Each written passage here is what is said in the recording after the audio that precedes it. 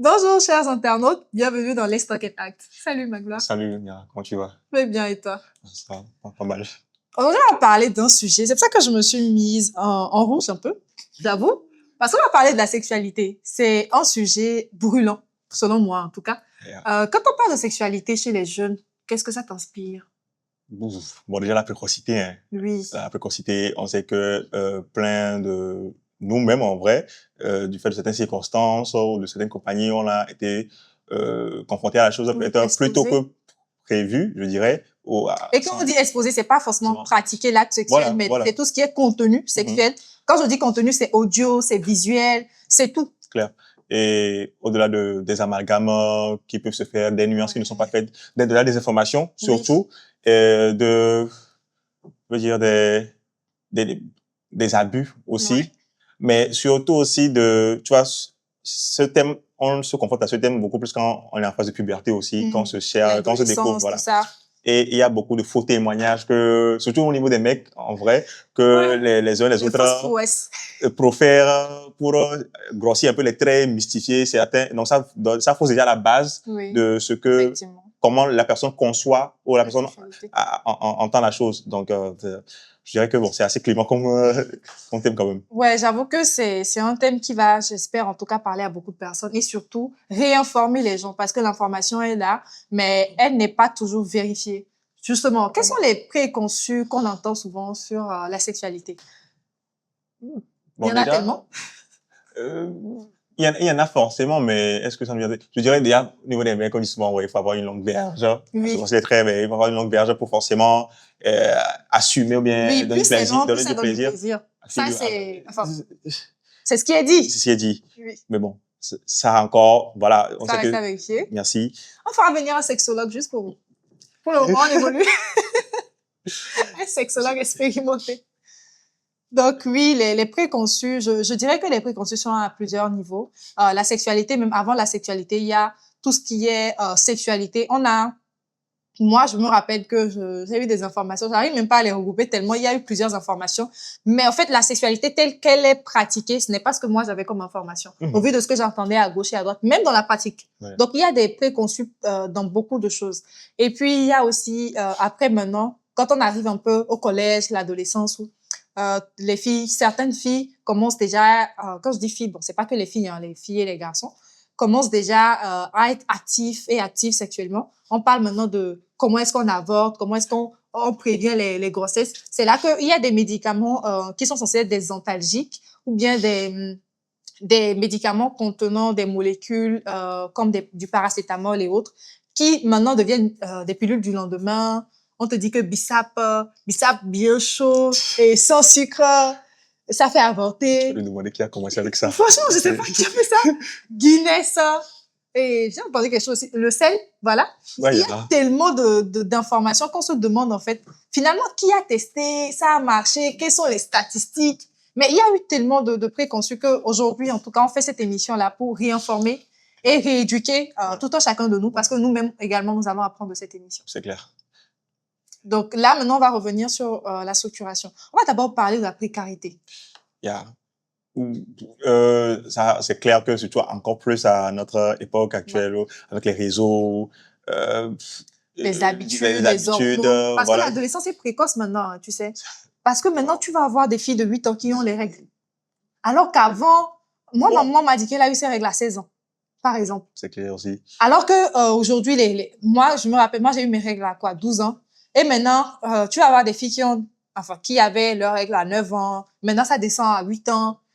À 7 ans pour certaines, quand c'est très, très précoce. Alors que tu vois que les règles, ça arrive avec beaucoup d'hormones. Donc, des hormones de désir et tout ça. Et si on se dit qu'une fille de 7 ans a déjà le désir sexuel, je pense que c'est délicat.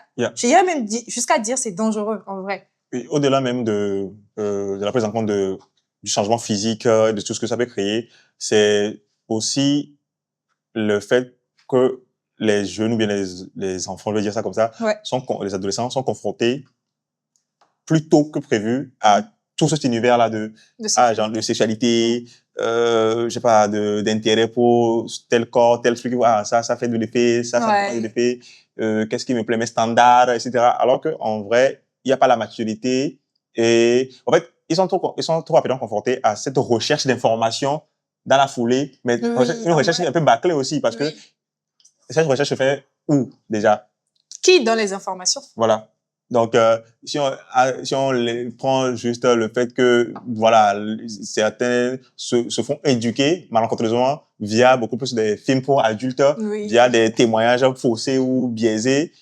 Et des témoignages aussi qui sont beaucoup plus subjectifs. Par exemple, quelqu'un qui a essayé Guinness, ça a marché pour son avortement, ce n'est pas la même chose pour toi. Voilà. Le monsieur qui dit, il a remis paracétamol à la fille. Bon, quand je dis paracétamol, c'est pas le médicament, mais la molécule qui est contenue dans un autre médicament dont je vais pas donner le nom. Mais quand ces personnes-là vous disent qu'on a essayé ceci, on a essayé cela, cela ne veut pas dire que c'est ça qui fait que telle chose marche forcément. Aujourd'hui, on parle beaucoup plus d'avortement sécurisé, des options, mais en même temps aussi, je pense avant même d'arriver à l'avortement, on doit parler d'éducation sexuelle. Et l'éducation sexuelle complète, normalement, est dans le curricula scolaire. Normalement, c'est censé être dans l'éducation. Mais déjà, avec la société qu'on a, où la sexualité est tabou, revenons maintenant sur le professeur qui lui-même à la maison n'arrive pas à parler de sexualité avec ses enfants. Voilà. Maintenant qu'il se retrouve devant ses élèves, malgré sa formation, il y a toujours cette mentalité-là de conserver l'information. Et c'est ça qui fait que malheureusement, on a des informations biaisées, des mauvaises informations, parce que les personnes qui sont censées donner ces informations-là ne les donnent pas. Comment est-ce que tu penses que cette histoire-là a commencé? Pourquoi est-ce que les enfants aujourd'hui ont des informations qu'on n'arrive pas à vérifier? Par exemple, le fait que aujourd'hui, pour avoir, par exemple, tu as tes menstruations, tu ne sais pas, tu ne connais pas ta date d'ovulation. Moi, je sais que, par exemple, il y avait beaucoup de filles qui disaient c'est le 14e jour, c'est le 14e jour. Alors que, par exemple, moi, ce n'est pas un cycle de 28 jours, par exemple. Donc, ce n'est pas ma date d'ovulation. Comment est-ce que tu penses qu'on en est arrivé au point où les gens n'ont pas ces informations-là? Bon, déjà, je pense que c'est fâcheux, hein. Oui. Mais c'est un constat fâcheux qui se fait du fait que, normalement, je veux dire un truc, quand tu vis une expérience ou quand tu passes à travers quelque chose, donc tu sais que t'as raté certaines parties ou tu aurais pu mieux vivre cette expérience-là ou mieux, mieux la traverser, tu normalement dois avoir cette charge de te dire que quand même tu vas pas laisser d'autres personnes vivre la même chose comme toi, tu vois.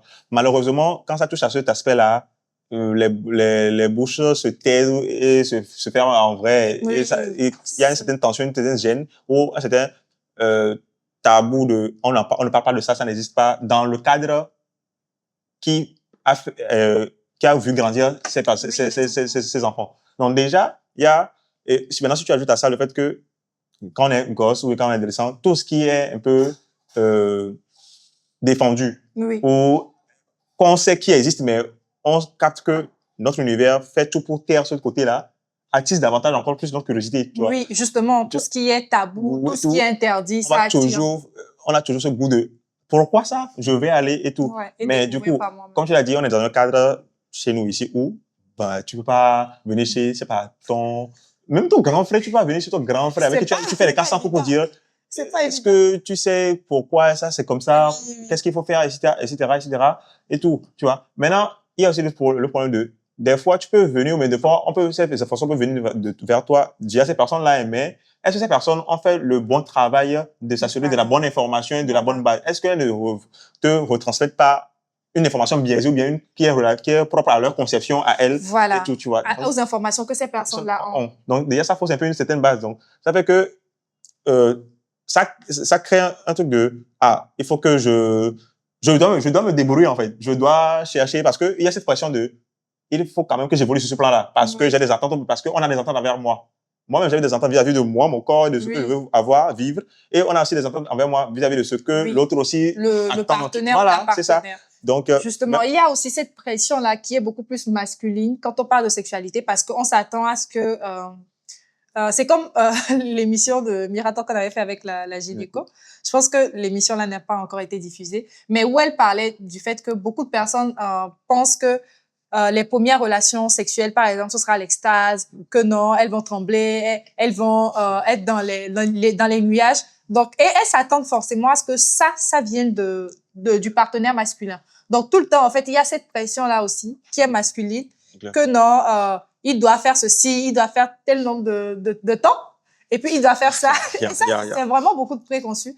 Et eux aussi, bon, quand je dis eux aussi, c'est pas que les hommes. Hein. Il y a les ados également, les filles comme garçons, parlent du préservatif qui n'est pas un moyen assez intéressant pour la contraception parce que le plaisir n'est pas le même. Le slogan, c'est on dit souvent c'est mieux de manger la banane sans la peau. Voilà. Bon, donc, justement, il y a tellement de préconçus et de pression à ce niveau-là que... Oui, vas-y. Non, surtout, tu vois, c'est clair que on dispose de notre corps comme on l'entend, on découvre notre corps, il faut se rechercher soi-même, se retrouver et voilà, poser ces bonnes bases-là. Mais vu que il y a toujours eu cette conception de c'est intime à moi, je dois me trouver, je dois me trouver mes repères moi-même et tout. C'est là que je fais le parallèle vers les films pour adultes où plusieurs personnes vont beaucoup plus vérifier ou confirmer des choses via ces clichés-là qui sont à vocation de divertissement et au-delà de ça, qui sont scriptés et ne reflètent pas vraiment ou ne dépeignent pas la réalité des choses et tout. Et malheureusement, les réseaux sociaux n'aident pas. Autant on peut s'aider avec ça en trouvant des bonnes informations, mais autant aussi, il y a une flopée de mauvaises informations, de clichés qui montrent autre chose. Donc, on se perd. Il y a un flou, en fait. Oui, donc, franchement. Maintenant, qui va venir démentir ou dire que ça, c'est, non, lui préfère ça, ou bien ça, c'est ce qu'il pense que c'est vrai, selon quelle base, tu vois. Oui. Donc, moi, pour ça, je sais pas s'il faut partir en même temps sur les solutions, mais franchement, déjà, tout ce qui est parents et autres, on parle toujours de ça, il faut que les parents soient ouverts et plus proches. Voilà. Maintenant, pour les jeunes aussi que nous sommes, les ados, on n'a malheureusement pas cette culture-là d'aller chez la gynéco. Parce que quand il n'y a pas de problème là, on ne va nulle part. Surtout chez les garçons, parce que moi, je pense que chez les garçons, même, c'est pire que chez nous. C'est même pas préhensible chez les mecs, voilà. Je pense que chez les garçons, c'est pire que chez nous, les filles. Je discutais avec un monsieur quand on parlait l'année dernière, quand on parlait du dépistage en novembre, pour le cancer de la prostate. Et le monsieur me disait, en fait, que lui ne se va pas aller s'asseoir et se dénuder devant un autre monsieur qui va le tripoter. Parce que pour lui, en fait, ce n'est pas des analyses médicales, mais c'est des attouchements. Donc, ça fait que... Là, tu pointes du doigt aussi l'hypersexualisation qui est genre posée dans l'imaginaire collectif en fait par rapport à certaines choses qui normalement c'est médical. Donc, voilà, c'est dans un cadre vocation, donné. voilà, sont dans un cadre bien précis et tout. Or, on a tendance à ramener ça toujours à la sexualité. Et même hors voilà, même sans parler de gynéco, même quand on voit quand on est sur les bancs, qu'on voit des camarades en tenue de sport et tout. En fait, on ramène plein de choses tout le temps à l'aspect attirant, et ça fait de l'effet, il faut que, voilà, tu vois. Oui. Alors qu'il faut quand même prendre ce recul et quand même déstresser, de se détacher de ça, quoi, en fait. Alors, c'est vrai que quand on découvre cet aspect-là, il y a la frustration, les hormones qui font que il y a ce truc de je veux savoir, je veux découvrir. Je veux savoir de quoi je suis capable aussi. Surtout chez nous, les hommes, où il y a cette pression, comme tu l'as dit, qui nous vient très tôt. Les performances, les avis, les témoignages un peu exagérés de certaines personnes et tout, qui font qu'on a un standard vraiment là. Oui. Et tu te regardes, tu te dis, franchement. Donc, tu fais des évaluations. Voilà. Donc, et ça précipite aussi des expériences que tu veux vivre pour juste te situer, savoir, qu'est-ce que je suis, qu'est-ce que je fais, comment je suis, etc. Et tu vois. Donc, bon, c'est Moi, justement, je voulais, quand je parlais de gynéco, je voulais justement chuter sur le fait que plus de femmes consultent les gynécos que les hommes. Déjà, les femmes, je pense beaucoup plus, en tout cas dans notre société, qui est, excusez-moi de le dire, un peu plus précaire, malheureusement. Les femmes consultent les gynécos surtout en période de grossesse. Après la grossesse, l'accouchement, ce sont les moments clés. Alors que normalement, après les premières règles, comme on l'a dit, il faut aller chez le gynécologue et tout. Et souvent, ce n'est pas, en fait, quand il y a un problème, il faut faire des suivis, et autant pour les hommes que pour les femmes. C'est vrai que aujourd'hui, quand on va parler des hommes, on va dire que non, c'est que les IST qui peuvent emmener un homme en gynéco, mais je pense que tout ce qui est lié à la santé ne devrait pas être négligé, peu importe là où ça se situe au niveau du corps. C'est clair. Peu importe. C'est pour ça qu'on nous demande de faire des bilans, parce que chaque partie de notre corps a besoin d'une attention particulière. Maintenant, je veux qu'on parle toujours dans ce sillage-là d'intimité et tout. Est-ce qu'aujourd'hui, on va dire que la sexualité est un effet de mode, une tendance, ou bien on va dire que c'est un peu naturel? quand je parle de naturel, je vais dire, quand je parlais tout à l'heure de la précarité, même quand aujourd'hui, déjà à 8 ans, tu as tes règles, donc tu as tes hormones de désir et tout ça. Est-ce que c'est dans ce volet-là, dans ce sillage, on va parler de nature, on va parler de naturel, ou bien on va se dire que non, ce n'est pas naturel, c'est en effet de mode. Avec les réseaux sociaux, comme tu l'as dit, avec les films pour adultes, qui maintenant même sont dans les dessins animés.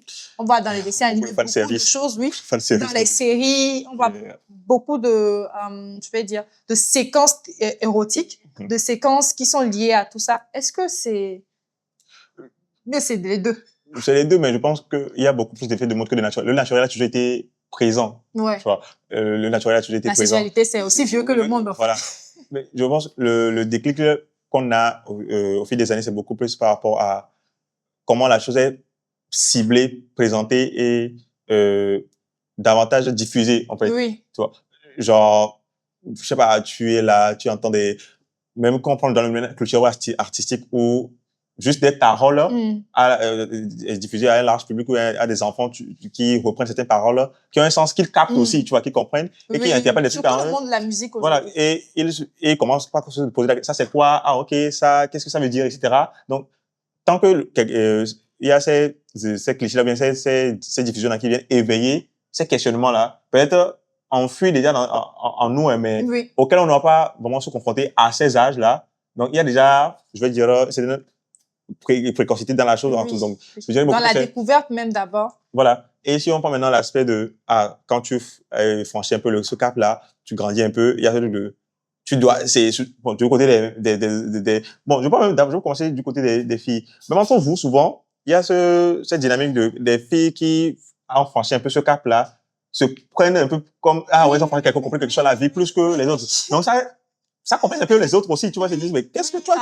Elle sort avec le plus beau mec du lycée, les trucs comme ça. Donc, et puis, elle maîtrise un peu tout ce qui est sexualité. C'est elle qui donne les conseils maintenant. Voilà, donc... Oui, j'avoue que, surtout avec les crises d'adolescence, enfin, l'adolescence, même pas les crises d'abord, avec l'adolescence même, il y a, je pense, ce challenge-là personnel de se défier sur beaucoup de choses. Et dans ces choses-là, justement, il y a la sexualité. Et ça devient une sorte d'affranchissement, d'accomplissement. Voilà. C'est ça. C'est que là qu'on peut dire, ouais, tu es une vraie, tu es, maintenant tu es grande, tu comprends des choses à la vie, ou tu es maintenant, voilà, quoi. Une dame, on va dire comme ça. Et chez nous aussi, on dit, ouais, c'est celui qui comment dire, on encense beaucoup plus ça. Le mec du quartier qui gère beaucoup de meufs, ou bien qui ramène tout le temps des meufs à la maison, se dit, ouais, lui gère, voilà.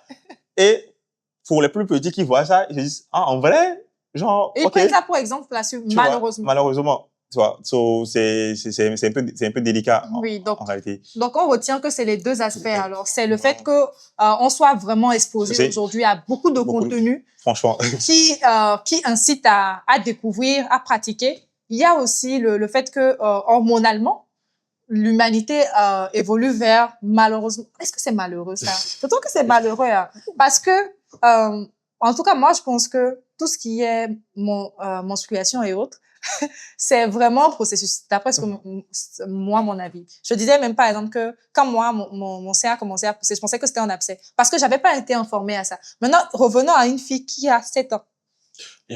Revenons à une fille qui a 7 ans et qui vit ces situations-là. Alors que c'est vrai qu'elle a commencé à apprendre à parler, elle a commencé l'école. Mais moi, je me dis que l'étape d'avant, il y avait une sorte de continuité, tout ça. Et c'était plus facile et digeste, je pense, d'évoluer comme ça. Oui. Les femmes qui avaient leurs règles à 16 ans, moi, je pense que c'est très intéressant. Parce qu'à 16 ans, tu es déjà au lycée. Voilà.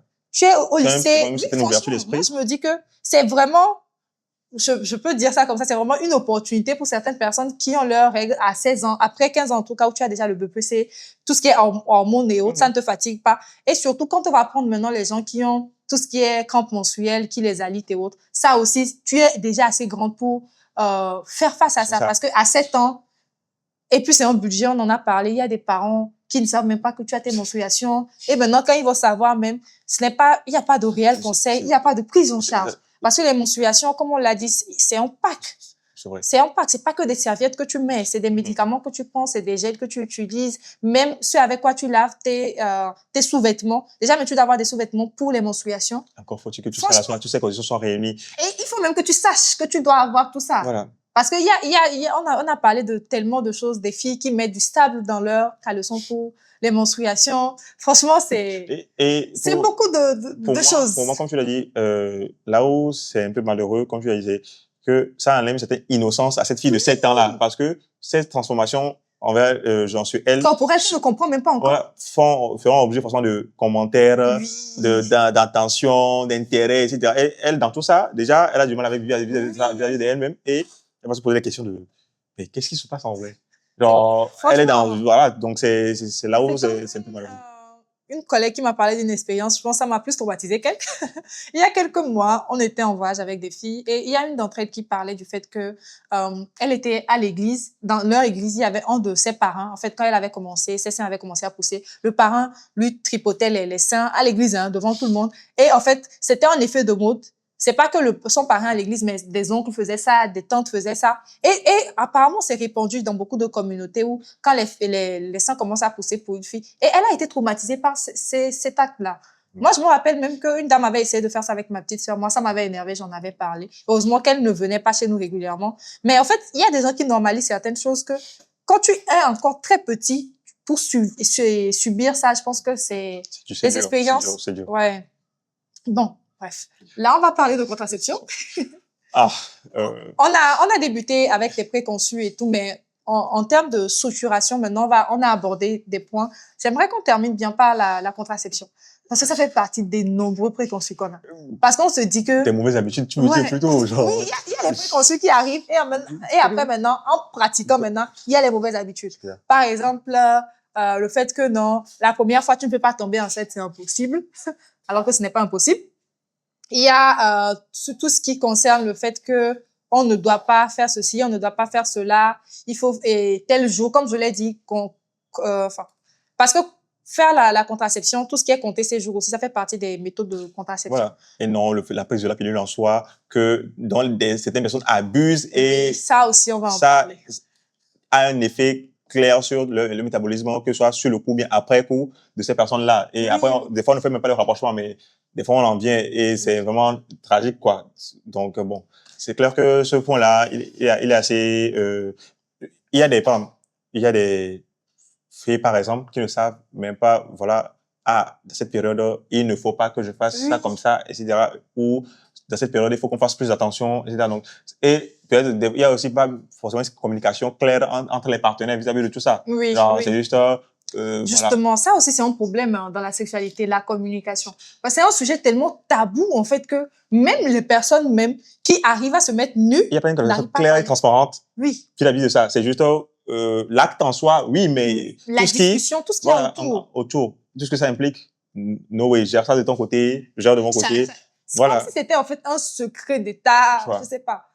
Jusqu'à ce que ça ne pète ou qu'il y ait un problème. Voilà. Et c'est là que maintenant, tous les démons reviennent, ressortent du placard. Donc, il fallait faire ça, il fallait faire ceci.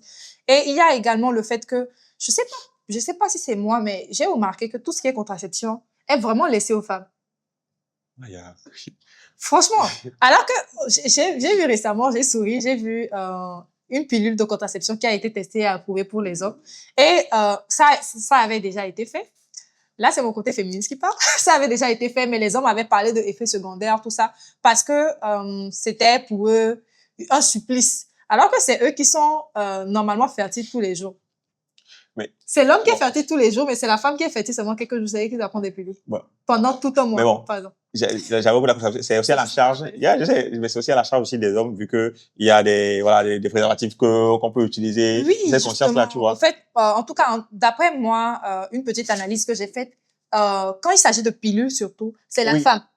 Quand il s'agit vraiment de pilules, c'est la femme qui prend ça. Et puis, quand il y a une grossesse, souvent c'est, mais tu m'as dit que tu prenais la pilule, non? Il n'y a pas de suivi. Dans la gestion avant la chose, c'est beaucoup plus on prend beaucoup plus la charge à l'homme, mais aussi des deux, parce que la femme aussi doit être dans une disposition claire et faire comprendre aussi que, là, maintenant, non, ou concentration. Mais c'est beaucoup plus aussi l'homme, à l'homme plutôt de se gérer dans cette période-là. Mais quand ça vient, comme tu l'as dit, après coup, et qu'il y a des retombées, bien qu'il faut se gérer après coup, il y a une petite erreur, il faut qu'on rattrape le coup par une prise ou bien par tel truc, médication. c'est beaucoup plus à la charge de la femme. Ça, c'est... Moi, tout ce que je veux dire, c'est qu'on ne cherche pas de coupable. Non, mais on dit juste que la responsabilité, c'est aux deux niveaux. La sexualité, c'est deux personnes. Donc, les responsabilités, ça doit être aux deux niveaux. Je veux te poser une question aussi. C'est moi ou bien les gens ont plus peur d'une grossesse que des IST? Pourtant, les IST, c'est plus dangereux. Dans l'imaginaire collectif même, pour certaines personnes, le fait de les ports de préservatifs ou les rapports sexuels protégés, c'est juste pour les grossesses, la première prévention d'une grossesse. Et il y a l'aspect des IST, c'est vraiment, genre, on dirait... C'est le énième de leur souci, quoi. C'est vraiment absent dans la conception même de certaines personnes de... Oui. Alors, quand même, genre... Il y en a même qui n'y croient pas. Moi, une dame m'a déjà dit que pour elle, le sida, c'est une invention. Tout le monde constate, même si tu l'as, le sida, ça c'est beaucoup parce que c'est répandu. Bon, et ça a vraiment eu un effet très dévastateur pendant bien des années et tout. Mais il y a plein d'autres maladies sexuellement transmissibles, que les gens ne connaissent pas. Mais, tout le monde, la plupart des gens, on s'en tête comme, c'est quelque chose de loin. J'en ai fait divers, voilà, quoi. C'est vraiment loin. C'est l'un de nous. Est-ce qu'il y a encore des trucs là? Si tu te gères bien, même si, et là, tu vas leur demander qu'est-ce qu'ils entendent par se gérer bien, mais juste, il y a même pas cette recherche de, comment je dois, dans quelle disposition je dois être, et dans quelle disposition mon partenaire aussi doit être, pour quand même éviter ces choses-là. Oui, parce que les maladies sexuellement transmissibles, ça peut être d'abord des infections que le ou la partenaire développe avant de te transmettre ça. Et il y a aussi la responsabilité sexuelle maintenant qui va intervenir. Comme tout à l'heure, on parlait, avant le tournage, on parlait d'une femme qui avait eu une situation compliquée, je vais dire, avec son chien. Qu'est-ce que tu veux que je dise? Une situation compliquée avec son chien qui lui aurait transmis des souches d'infection. Je vais appeler ça comme ça. Mais c'est des bactéries qui vont développer des infections. Et la dame, en fait, a eu plusieurs partenaires sexuels après ce acte-là avec le chien. Et ça a fait que son gynéco a dû lui demander, en fait, de faire la liste de ces personnes-là pour une prise en charge. Donc ça, c'est vraiment être responsable. Voilà. Parce qu'il faut pouvoir avoir une sorte de communication transparente avec les partenaires. Si vous savez que vous n'êtes même pas partenaire à long terme, là même, protégez-vous. Et voilà, genre, surtout pour nos frères ou sœurs qui ont des activités sexuelles bien fournies et bien variées, genre, assumer le fait qu'il y a une certaine responsabilité qui va avec le fait d'être traité avec divers partenaires dont vous ne connaissez pas forcément le background, le corps, qu'est-ce qu'ils sont. Le dynamisme. Voilà, donc, c'est une vraie charge c'est une porte ouverte, en vrai, à de gros problèmes, on va dire ça comme ça, que vous pouvez faire traîner avec vous. Mais quand c'est bien fait, quand c'est bien géré aussi, vous évitez plein de merde, en fait. Donc, c'est vraiment ça qui est délicat. Quand vous savez que vous avez plusieurs partenaires et tout, ou comme tu l'as dit, le bilan même, le fait de faire un bilan, ça, c'est une responsabilité. Les gens conçoivent ça d'une manière, c'est quand il y a un gros problème. Alors on ne fait même pas de bilan. En fait, on fait des analyses quand il y a un problème. Alors quand tu dis tu as mal au ventre, on fait des analyses qui sont liées à tout ce qui est gastrique là. Et puis c'est fini. Voilà. Alors qu'on ne prend même pas le temps de faire. Moi, j'ai remarqué ça, on ne fait pas le bilan. Même le médecin même va pas te demander ça. Un bilan complet pour voir si c'est pas la tête qui a causé quelque chose au ventre. Ou bien, moi récemment même, j'ai vu, je discutais avec une dame qui en fait elle avait tout le temps des infections. Quand elle a les infections, on fait les analyses, on trouve que non, c'est des infections, et puis elle prend des médicaments. Mais quand elle revient, en fait, elle a eu ça pendant une année, je pense 1 à 2 années. Et après, quand elle est revenue, on a appris que elle avait des pratiques sexuelles pas très recommandées. Maintenant, dans les pratiques sexuelles pas très recommandées, là, ça a fait que est-ce que je vais dire la frontière? En tout cas, l'espace qu'il y avait entre derrière son anus et son sexe, c'était devenu tellement fin que les selles rentraient directement dans son sexe. Et c'est ça qui causait les infections.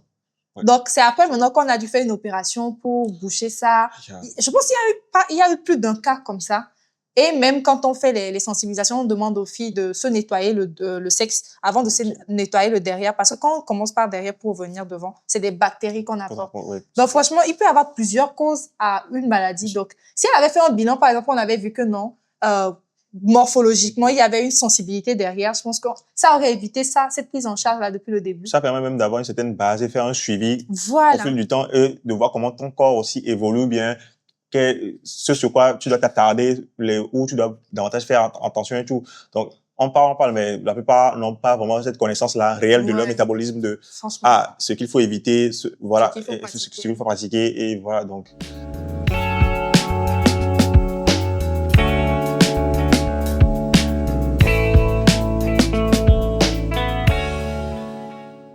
Bon, nous voilà de retour sur le plateau de Let's Santé Act.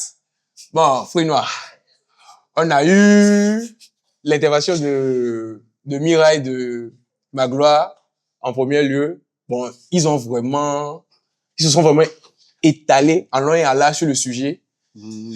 L'information était dosée. Vraiment dosée. En tout cas, bon, après, qu'est-ce que nous, on pourrait dire pour encore plus vous apporter une information par rapport à ça? Mais, en fait, moi, j'ai toujours eu une question, déjà par rapport à la sexualité. J'aimerais aussi te la poser et vous la poser aussi.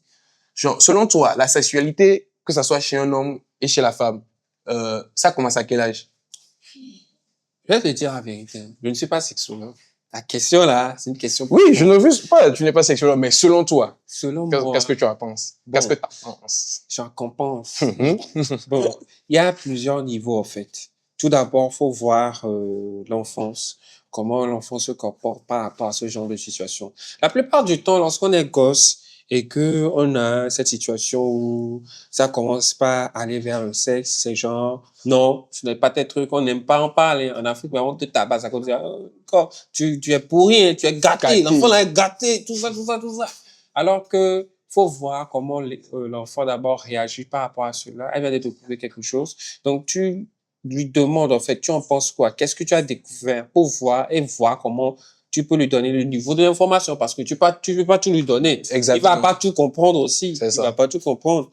Tu lui dis tout, il va être dans le bleu, dans le vert ou bien il va aller dans d'autres sens. C'est comme par exemple, un enfant de 5 ans ou de 6 ans, il vient chez son père ou bien chez sa mère lui disant papa, genre, comment on crée les enfants, tu vois? C'est là des mensonges. Je dis que c'est, chez les blancs, ils disent souvent que c'est les cigognes, ils viennent, ils déposent l'enfant devant ta maison. Ou bien tu cries fort, et puis. Que des contes de fées. Mais bon, au début, ils essayent de, comment dire ça, de créer un mythe, un peu comme si c'était un conte de fées pour que l'enfant n'ait pas toute sa pensée dessus, soit focalisé dessus pour que ça crée des choses. En Afrique, c'est genre, hey, tu es gâté, hein. C'est ça, tu vois. Ça pousse plus l'enfant à la chercher plus. Et même on est trop curieux. On est curieux. Tout être humain est curieux. Et bon, je pense que ce sera plus à toi d'analyser cela, de comprendre ton enfant, de voir comment ton enfant réfléchit par rapport à cela. Si l'enfant est déjà mature, tu peux lui dire une partie, lui dire que, en fait, c'est tout d'abord chez les animaux, c'est pour se reproduire, assurer sa descendance, telle, ou bien plein de choses. Bon, si l'enfant n'est pas assez mature, tu peux lui dire juste la surface. C'est ça. Que ça, c'est un acte qui permet, en fait, de te créer. C'est comme ça qu'on t'a créé toi aussi. Voilà. Bon, au fur et à mesure, tu verras comment l'accompagner. En fait, il faut cet accompagnement aussi. C'est ce qu'on oublie souvent. Parce que chez les Africains, c'est genre, tu te tais. Tais-toi. Tu vois, il faut voir les situations pendant lesquelles vous êtes devant la télévision, vous regardez un film. Non, vous regardez les trucs là, comment on dit? Les feuilletons. Ouais. Les feuilletons. Quand il y a un passage, genre, tu embrasses en même temps. Tu dois cacher ton visage. Cacher ton visage devant. C'est là, donc tu as caché ton visage. Tu sais ce que c'est pourquoi tu caches ton visage. Tu vois. Frapper. Donc, c'est un peu les trucs comme ça. Au lieu de s'asseoir, expliquer un peu les choses à l'enfant. Moi, par exemple, je trouvais ça dégueulasse. Ah bon? Tu te brosses pas bien les dents. Qu'est-ce que tu fais avec l'enfant dans les dents? Qu'est-ce que vous faites? Bon, ça c'est pour t'épargner un peu. Et au fur et à mesure, l'accompagner jusqu'à l'adolescence, tu lui dis, bon, tu découvres plusieurs choses, plein de choses. Même le conseil que même Samira vient de donner par rapport aux sexologues, c'est pas seulement pour les femmes. C'est ça. Pour les hommes. Nous, les hommes, du moment que tu n'as pas la chaude pisse, ou bien, ça va. On est des champions, tout cas, ça va. Ou bien. C'est ça, hein, en vrai. Oui. Sinon, toi-même, comment toi tu procéderais? Bon, si c'était moi, c'est-à-dire par rapport à mon enfant.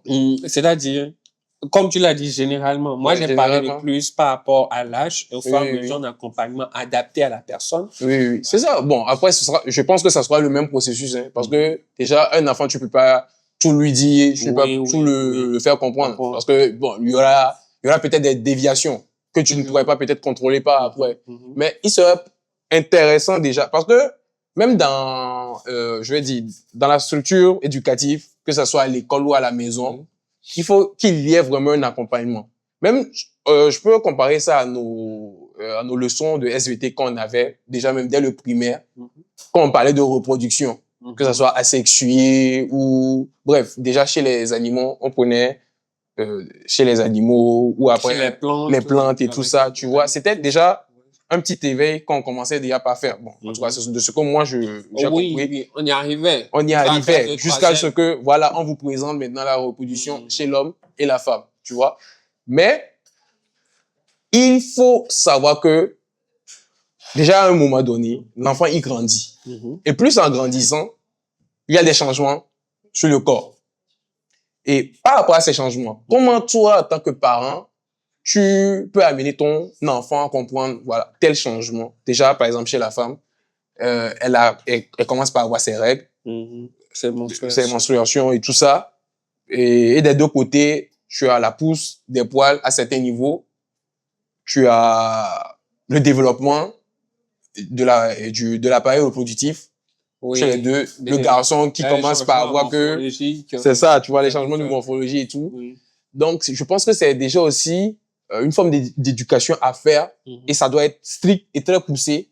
Strict dans le sens où tu dois lui dire ça, tu dois lui dire, au fait, les choses telles qu'elles sont. Mais comme tu l'as dit. Avec son niveau de compréhension. Avec son niveau de compréhension, exactement.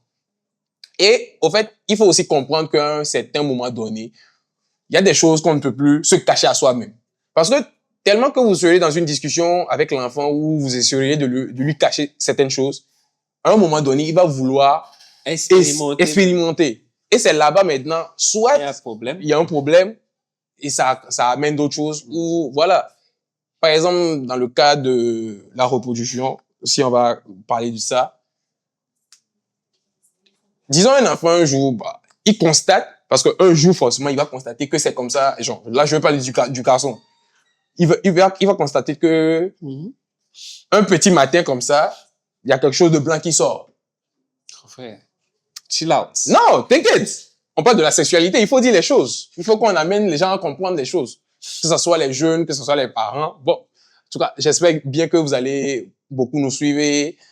Vous allez nous aussi nous... On va dire... On va essayer d'être plus clair. Non, bon, après, tu sais, je vais continuer dans mes propos. Oui, vas-y. Tu vois, un matin, il se réveille, il constate un truc comme ça. Sa première réflexion. Différent. Il pose des questions. Là, tu peux aller. Voilà, tu lui dis, ça. Ce liquide qui sort, c'est par rapport à ça. C'est comme ça que ça se passe.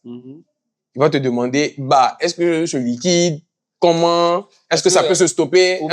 Il a même des fois peur. Voilà, tu vois. Pourquoi? Et c'est là maintenant que vous devez lui faire comprendre que ce liquide, il est à double tranchant. C'est un peu? Double tranchant. Est-ce que j'ai dit un peu? Non, j'ai dit c'est une épée. Pourquoi ça double tranchant? Bon, double tranchant, je ne dirais, c'est bizarre de dire ça comme ça, mais pour un début, vu que c'est déjà un adolescent, n'est pas assez, je vais dire, âgé, majeur, tout ça pour se prendre en charge. Voilà, c'est pour ça que je parle de double tranchant.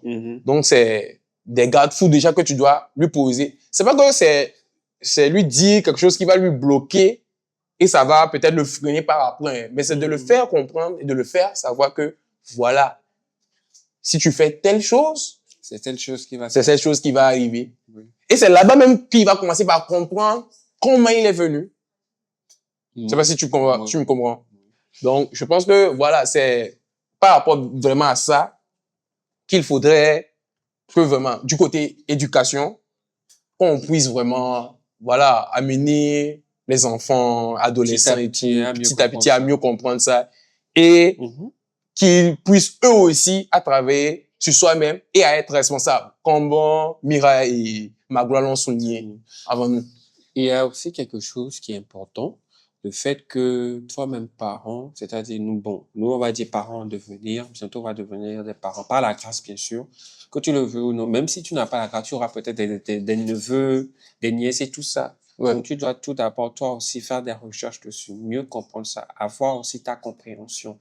Sinon, tu peux pas être dedans et vivre en griffe ta vie de John Julia, ou bien ta vie de petit branleur. On va en venir. Bref, tu dois, en fait, élargir tes horizons, ne pas être fermé, en fait. C'est par rapport à cette fermeture d'esprit que certains parents ont, qui ne permettent pas cela. Il y a au moins certaines religions qui ouvrent cela. Tu vois, dans certaines religions, lorsque, par exemple, la fille se marie, tu vois, la tante qui vient, qui lui parle vraiment de ce que c'est, explique même, l'aide même à certains trucs dans certains mouvements. Et dans d'autres religions, c'est vraiment tabou, genre, c'est comme dans la Bible dit, la manne est venue du ciel, c'est tombé, tu as apprendre ça sur le tas. Et il y a plein de choses, il y a plein de tabous qui en fait, empêchent, en fait, de vraiment comprendre cela, de savoir ce que c'est. Même moi, je peux pas dire que je comprends. Je suis jeune. J'ai encore plein de choses à vivre, plein de choses à poser des questions, à analyser, à avoir des opinions des autres et moi-même à créer mon opinion. Donc, c'est un peu comme un processus. C'est au fur et à mesure que tu apprends, tu comprends. Et c'est important d'avoir l'ouverture d'esprit, de ne pas être fermé. Un peu comme avec ce qui se passe avec la communauté qui va un peu plus loin avec les LGBT+, et tout ça. Faut être ouvert. Chacun fait ce qu'il veut, du moment que ça ne blesse personne et que ça ne blesse la personne elle-même. Voilà. Donc, c'est important. Ouais. Donc, c'est un peu ça. Il faut avoir cet esprit-là ouvert. De nos jours, je suis sûr qu'on va être amené à expliquer à nos enfants ce que c'est que on a les homos, il y a les lesbiennes, il y a ci, il y a ça. Ça arrive. Est-ce que je dirais c'est malheureux ou c'est... Bon. Moi, je dis... C'est humain. C'est humain. C'est humain. Du moment que ça ne te blesse pas, ça blesse personne d'autre. Et ça ne t'empêche pas de vivre, en fait. Est-ce que tu fais ce que tu veux? Tu fais ce que tu veux. Donc, c'est important de pouvoir aussi avoir l'ouverture d'esprit, de comprendre cela, pour que lorsque toi aussi tu es quelqu'un qui est en train de venir, tu puisses lui expliquer, pour que lui aussi puisse tirer aussi sa conclusion. La vie, c'est un choix. C'est vrai. Mais il est important quand même de montrer, en fait, toute la largeur des choses, l'expliquer ça. C'est vrai, tu peux pas tout savoir, mais il faut un minimum quand même. Après, bon, il faudrait pas que l'enfant soit de laisser pour qu'un jour il va te sortir que je me sens cheval là. Non. Ça sera un peu... Des économies, je vais dire... non. Mais bon. Anyway, c'était une petite parenthèse là. Une petite parenthèse. Bon, après, la sexualité, ça ne parle pas seulement que de reproduction. Oui, il y a plein d'autres... Les responsabilités qui en découlent. C'est ça. Et déjà même, quand on arrive à l'âge adulte, et par rapport à des préjugés ou des choses que nos camarades, des connaissances, ou peut-être même ça se dit dans la famille, par rapport peut-être à l'homme, genre à sa durabilité sur la femme. C'est pire Duracell maintenant. Vraiment, moi je ne comprends pas certaines personnes, hein, en vrai. Est-ce que tu sais déjà un minimum la durée de l'acte sexuel jusqu'à éjaculation chez l'homme? Tu sais combien de temps ça dure? Moi, je n'ai pas, à vrai dire, de temps dans ma tête. Parce qu'il y a plusieurs paramètres qui rentrent. Voilà. Après, ça dépend d'un homme à un autre. Mais ça tu vois, mais de l'homme, mais de certaines situations, tellement l'excitation est grande que vous avez peut-être fait un truc de 5 minutes, ou 2, ça a duré, tout. Donc, c'est plein de choses. C'est pourquoi je dis, c'est vague, c'est grand, c'est large. C'est vrai que souvent, on parle des hommes qui ont peut-être genre, l'éjaculation précoce. Genre, comme on aime le dire souvent. C'est vrai faut aller au feu rouge et tout ça. Tu vas voir les pancartes. Les pancartes. Éjaculation précoce. Numéro de téléphone en bas. Si vous voulez des produits et tout ça. Mais je me dis que c'est vrai. Peut-être que ces produits sont efficaces. Je ne vais pas essayer de casser le marché de certaines personnes et tout. Mais il serait aussi préférable, comme Mireille Magloire l'a dit avant nous, de consulter au fait des personnes qui sont déjà des professionnels. De partir vers eux, de leur dire, voilà, j'ai tel souci. Est-ce que vous pouvez trouver une solution pour moi? Et vas-y, on en passe. La personne serait mieux placée de te dire, ok, de te faire comprendre les choses. Et vu aussi l'explication, genre, le vécu que toi-même tu as, quand tu lui as expliqué, il serait capable de te dire, ok, voici cela. Souvent, on ne sait pas, mais ça peut dépendre même de l'alimentation. Oui, de l'alimentation. Souvent même, ça affecte notre côté, sexuel et tout, durant l'acte. Et, plein de choses. mais scientifiquement, au fait, la durée, genre, de toute la durée pendant lequel, genre, l'homme et la femme, tu vois, jusqu'à éjaculation, chez l'homme, environ c'est 5 minutes, en vrai. Mais ça peut aller au-delà. Je ne dis pas que c'est seulement 5 minutes, ça peut aller au-delà. Mais comme on l'a dit, ça dépend d'un homme à un autre, ça dépend aussi de la situation et tout. Donc, il faudrait déjà que soi-même, on puisse faire un travail, se questionner, se connaître soi-même. Il ne faut pas juste se lever un jour et peut-être pour ta première fois parce que tu as attendu un de tes potes qui a dit que c'est comme ça, lui, il a fait 30 minutes sur une go. Toi aussi, tu vas essayer de faire 30 minutes sur une go. Mon frère, c'est doi. Faut qu'on se dise la vérité. J'aimerais en venir sur quelque chose. Maintenant, lorsque tu parlais de ton ami a dit ça, l'effet mode. C'est ça, l'effet mode. Parce que je sais pas si c'est de même pour la gente féminine, mais après, parce que ça les influence aussi. Parce qu'elle aussi, comme elle a attendu sa copine qui a dit que, c'est comme ça, il y a mon gars là, il a fait 30 minutes sur moi, il a fait 20 minutes sur moi. Elle aussi, elle veut. Pour les gars, c'est genre, tu es puceau. Se moquer de toi. Tu vois. Être puceau, c'est quoi? Être puceau, ça fait rien. Si tu es tranquille avec, il y a pas de souci, il y a pas de pression. Même si tu as fait, ça fait 2 ans que tu n'as plus fait, il y a pas de pression. Il y a cette pression. Le temps viendra. Comme on le dit souvent, chaque chose a son temps. Chaque temps a sa chose aussi. Donc, il y a, en fait, je ne sais pas, de nos jours, les trucs sont de plus en plus poussés vers cela. C'est ça. Magloire et puis Mira en ont parlé, mais ils sont pas très allés en profondeur. Tu vas voir les clips vidéo, comme elle a dit, les séries, dans la plupart des séries Netflix de nos jours. Et même les films X. Ouais. Non, les films là, dans les séries. Qu'est-ce qui a influencé certaines personnes et puis il veut durer? Voilà. Tu tapes un truc là, dans ta barre de recherche, tu vois 30 minutes là-bas, tu penses que c'est 30 minutes. Donc, tu regardes même, c'est pas 30 minutes que le gars a fait. C'est peut-être coupé. On a aligné, on a attaché. Et c'est toi qui te... Et aussi, les gars. Les séries et tout ça qui pousse, en fait, le délire loin. Tu vois, les séries, ils ont dit que c'est des ados de 14-15 ans, mais les ados, ça se consomme déjà là-bas. Tu vois? Nous tous, nous sommes différents. Nous sommes venus différemment. Donc, c'est à toi, en fait, d'explorer ça. Et il faut travailler sur soi. Voilà. Il faut se connaître soi-même. Et souvent, on n'a pas l'habitude de le dire, hein, ou souvent, c'est souvent, et tout là, sur un sujet tabou. Quand on parle de masturbation, ça fait partie de la sexualité. La pignouf. Tu es femme. Tu es homme. Après, tu vois, en fait, ce qui fait au fait qu'il y a une contradiction dans ça, c'est souvent que quand tu prends les religions, c'est c'est interdit. C'est impur. On te dit que ouais, c'est comme ça, que voilà. Mais quand on parle, par exemple, chez nous les hommes, quand on parle de cancer de la prostate, qu'est-ce que les médecins nous disent souvent? Soyons francs. En enquête. Disons les termes. Bon, les médecins ont dit que c'est important pour un homme plusieurs fois. Si je me rappelle bien, c'était 3 fois. On dit dans le mois, 21 fois. Disons 2 ou 3 fois dans la semaine. Tu vois. Bon, 21 fois, c'est plus que 2. Ça fait 4. 4 fois, ça fait tous. 21 fois, chef, ça va loin. Anyway. Mais, quand pendant ce temps, le médecin qui connaît la santé, il sait que tu dis c'est ça. Les textes. Mais la religion, c'est ça. Après. C'est pour ça que nous voulons. Et c'est, non. Que, si on a un professionnel, quelqu'un qui est carré dedans, puisse juste nous DM, juste écrire, ou bien laisser juste un commentaire pour pouvoir plus aller en profondeur de ce sujet. Parce que c'est un sujet, oui, on est en train de rigoler, de faire mais c'est très important.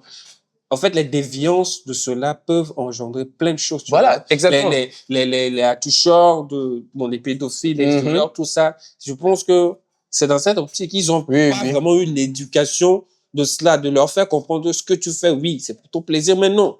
Il y a aussi ce côté-là, ce côté responsabilité. Si ça, s'ils avaient eu ça, peut-être ce serait un peu différent pour leur cas. Voilà. Pourquoi nous sommes ouverts si ils peuvent nous écrire que les personnes qui sont intéressées, laisser les vocales, puis on va discuter dessus. Ou même, si nous-mêmes, on peut aller dénicher un professionnel, gynéco. Que ce soit un gynécologue. Mais pourquoi aller même aller plus loin, des personnes un peu plus dans le côté sombre cela. Pourquoi pas? Pourquoi pas? En vrai. On va inviter King Nazi aussi.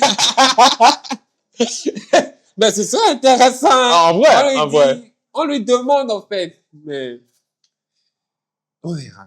En tout cas, bon, la sexualité, c'est pas que du sexe, c'est pas que, le côté, comment dire, métamorphose du corps. Genre, c'est au-delà. C'est un ensemble. Il y a même le côté qui va au-delà du Chanel, qui va dans le métaphysique, dans les trucs de l'âme et tout ça, les chakras et tout ça. Même si on trouve quelqu'un dans ce domaine-là, j'écoutais les trucs de Kundalini, les trucs qui parlaient de l'énergie sexuelle, ce que c'est. Ouais. C'est ça. L'échange entre le corps et tout. Oui, de débattre dessus, de voir ça. Ouais, bon. Après, c'est pas quand aussi on vous dit, après, on a qu'à se comprendre. C'est pas quand on vous donne le libre accès ou bien le libre faire d'aller vous masturber et tout. Non. Mais il faut juste comprendre que. Nous sommes en train de discuter dessus. Voilà. De voir quel acte on peut poser pour s'aider nous-mêmes et pourquoi pas vous assister aussi. Voilà. Donc, essayez de juger le pour et le contre, mais tout en sachant que il faut se connaître soi-même. Même si tu es dans l'optique de, voilà, c'est pour ta première fois ou tu veux le faire avec telle personne, de manière mesurée. Parce que aussi, il faut pas, faut pas le faire avec tout le monde. Faut doser, quoi. Chill out, boys. Donc, essayez de vous connaître, d'apprendre plus sur vous et de consulter les personnes qui sont mieux avisées pour vous donner des conseils. C'est tout, c'est bon. C'est ce que on peut vous dire. Il y a une phrase dans une religion qui dit souvent, connais-toi toi-même et tu connaîtras ton Dieu. C'est ça. Et tu sauras où aller, d'où tu viens et où tu veux vraiment aller, d'où tu veux pas. Donc, vous n'êtes pas sans doute sans savoir aussi que, quand on parle même de masturbation aussi, il y a le côté. Non, c'est bon, vas-y. C'est juste pour renchérir le truc. Parce que il y a les bienfaits, mais il faut savoir aussi qu'il y a les inconvénients. Donc, voilà. Bref, anyway, on va pas s'attarder sur ça.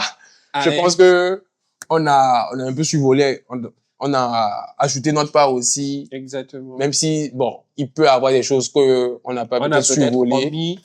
Je pense que il y a les commentaires. C'est pour ça que, voilà, vous pouvez nous donner vos avis, commenter là-dessus. Si vous voulez qu'on en revienne sur ça pour une partie 2, faites-nous, pas de souci, vous nous le faites savoir.